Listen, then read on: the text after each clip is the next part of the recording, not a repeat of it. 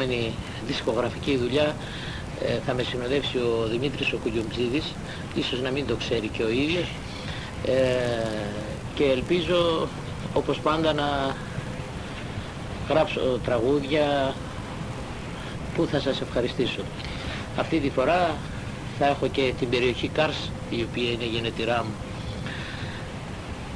Πάντα τώρα που κάνα τραγούδι καρσλίδικο σε δίσκους, δηλαδή στο τελευταίο δίσκο πάντα βάζουμε. Πάντα, αλλά τώρα θα είναι και πολύ περισσότερα καρσλίδικα, γιατί ας μην ξεχάσουμε και την καταγωγή μας. Οι στίχοι όλοι δικοί σας?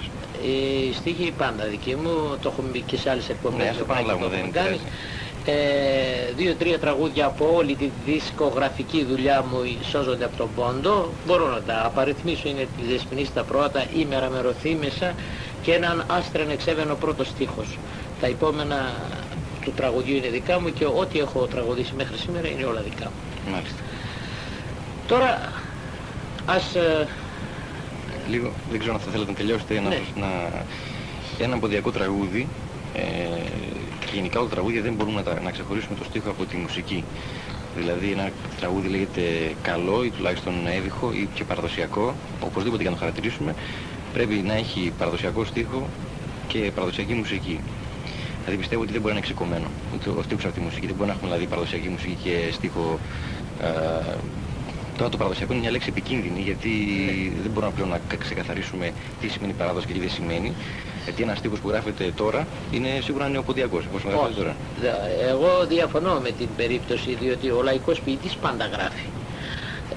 Ένας στίχος που γράφεται τώρα, όπως γραφόταν και παλιά, όταν μιλάει για τα ήθη, τα έθιμα, τον πόνο, την ξενιτιά, πάντα είναι παραδοσιακός στίχος. Δηλαδή... Η διαφορά είναι στην μουσική.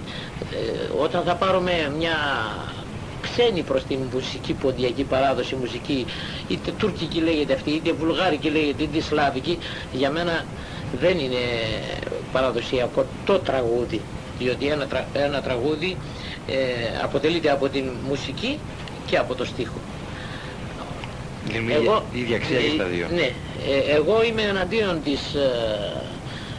του νεοποντιακού τραγουδιού, το λέω και το φωνάζω πάντα, μένω στις επάλξεις της παράδοσης, και αυτό είναι και εις βάρος της τσέπης μου, διότι αν έλεγα νεοποντιακό τραγούδι, αυτό το είδος, το άλλο που λένε άλλοι συνάδελφοι, δεν θέλω να κατονομάσω, να είστε σίγουροι ότι θα συνέχιζα να δουλεύω και σε κέντρα, αλλά αυτός είναι ο λόγος που είμαι όξω από τα μαγαζιά, γιατί δεν θέλω να πω τέτοιο είδους τραγούδι. Καλά, στο μαγαζί επιβάλλει ο καταστηματάρχης... Ο καταστηματάρχης είναι έμπορας και θέλει να κάνει τη δουλειά του.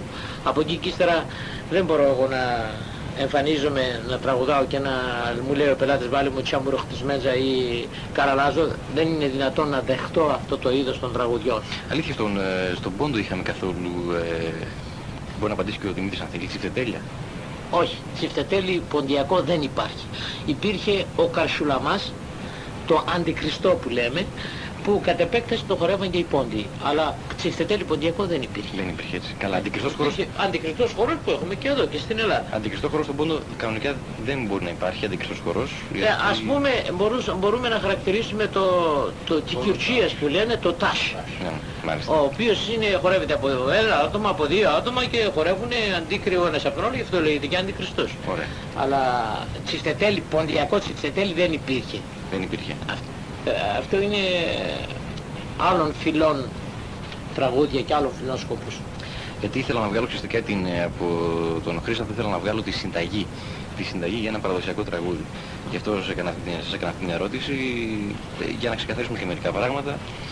Έχω κατηγορηθεί φυσικά και φυσικά εμένα δεν με πειράζουν καθόλου αυτές τις κατηγορίες, ότι εμένω πολύ στο παραδοσιακό τραγούδι. Για μένα